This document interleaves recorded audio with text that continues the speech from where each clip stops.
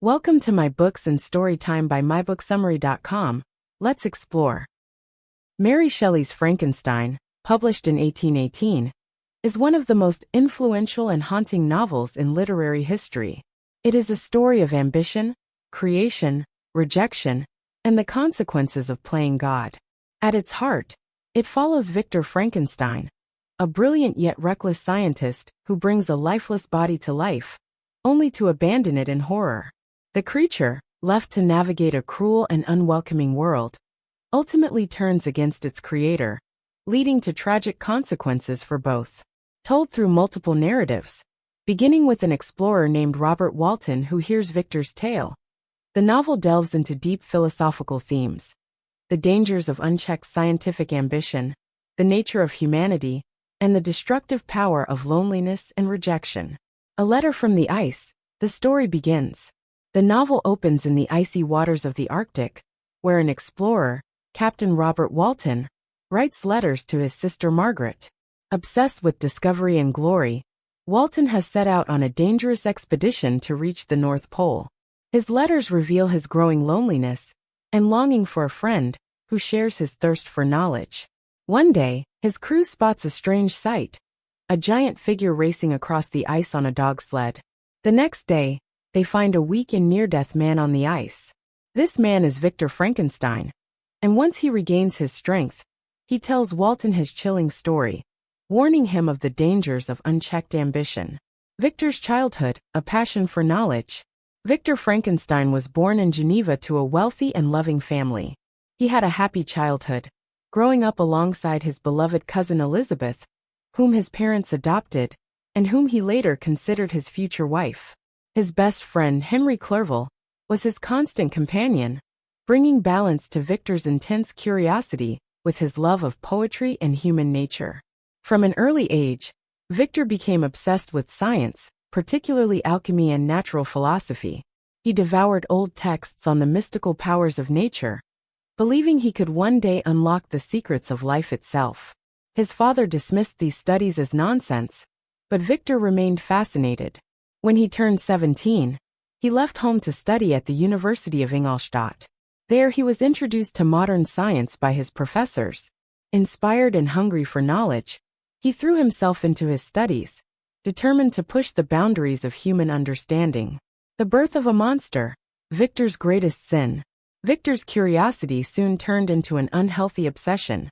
Fascinated by the possibility of creating life, he began conducting gruesome experiments, collecting body parts from graveyards and dissecting corpses in his laboratory.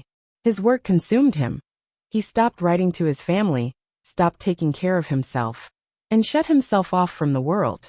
After months of relentless work, on a stormy night, he finally succeeded. He assembled his creation, stitching together body parts, and with the spark of electricity, he brought it to life. But the moment the creature opened its eyes, Victor was overcome with horror. Its gigantic frame, yellowish skin barely covering its muscles, watery eyes and grotesque features filled him with disgust. He had hoped to create a being of beauty, but instead, he had made a monster. Overcome with fear, he fled from his lab, abandoning his creation. That night, he had a feverish nightmare of Elizabeth turning into his mother's rotting corpse. When he awoke, the creature had disappeared. Instead of searching for it or taking responsibility for his actions, Victor collapsed from exhaustion and fell into a fever. His friend Henry Clerval arrived at the university and nursed him back to health, never suspecting the dark secret Victor carried. The first tragedy, the monster's revenge, begins. Victor attempted to return to normal life, but his past soon caught up with him. He received a letter from his father informing him that his younger brother, William, had been murdered. Heartbroken, Victor rushed home to Geneva. On the way, he wandered into the woods where William had been killed, and in a flash of lightning, saw a giant figure lurking in the shadows, the monster. Victor immediately knew the truth. His creation had killed his brother. But the blame did not fall on the creature. A kind and innocent girl named Justine, a servant in the Frankenstein household, was accused of the crime because she had been found with William's locket. Despite her innocence, she was convicted and executed. Victor, tormented by guilt, remained silent. The Monster's Tale, A Life of Rejection. Soon after, Victor escaped into the mountains to find solitude, but the monster found him there. To his surprise, it did not attack. Instead, it spoke, eloquently and with deep emotion. The creature had suffered greatly, and now it demanded that Victor listen to its story. After Victor abandoned him, the monster wandered into the wilderness. Cold, hungry and frightened, he discovered a hidden cottage where a small family lived, a blind old man, his son and his daughter. Observing them from a distance, he learned language, emotions and kindness. He secretly helped them by gathering firewood, and longed for their companionship.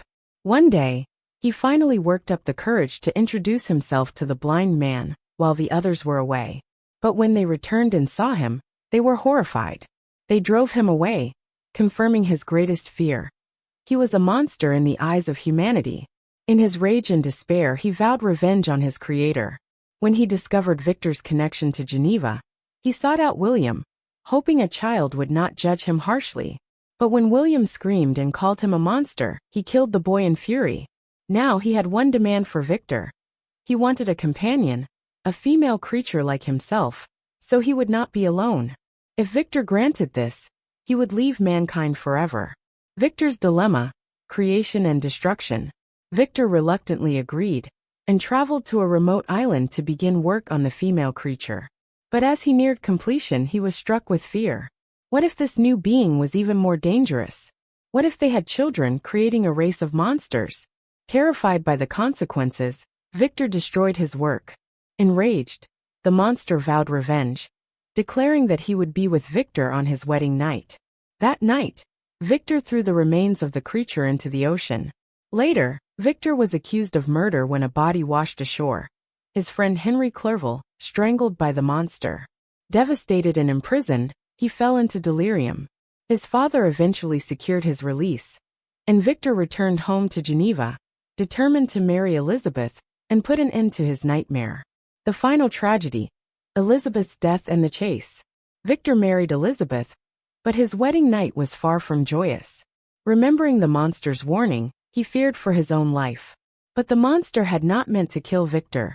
He had meant to destroy his happiness. That night, Elizabeth was found dead in their room. Driven mad by grief, Victor vowed to hunt down and destroy his creation. He pursued the monster across Europe and into the Arctic, leading to his fateful encounter with Walton. The end, the monster's sorrow. As Victor finishes his story, he warns Walton not to follow in his footsteps. Soon after, Victor dies aboard Walton's ship. Later, the monster appears by Victor's body, mourning the death of the only being who ever truly connected to him. He confesses his sorrow and remorse, declaring that he never wanted to be evil. But rejection and hatred had shaped him into what he became. With nothing left to live for, the monster vows to end his own life. He disappears into the frozen darkness, never to be seen again. Final thoughts. A story of creation, rejection, and consequence. Frankenstein is more than just a horror story. It is a deeply philosophical novel about the responsibilities of creation, the consequences of rejection, and the dangers of unchecked ambition. Victor Frankenstein sought to conquer nature, but only created his own destruction. His creature, abandoned and unloved, became a monster only because he was treated as one. It remains one of literature's most haunting tragedies.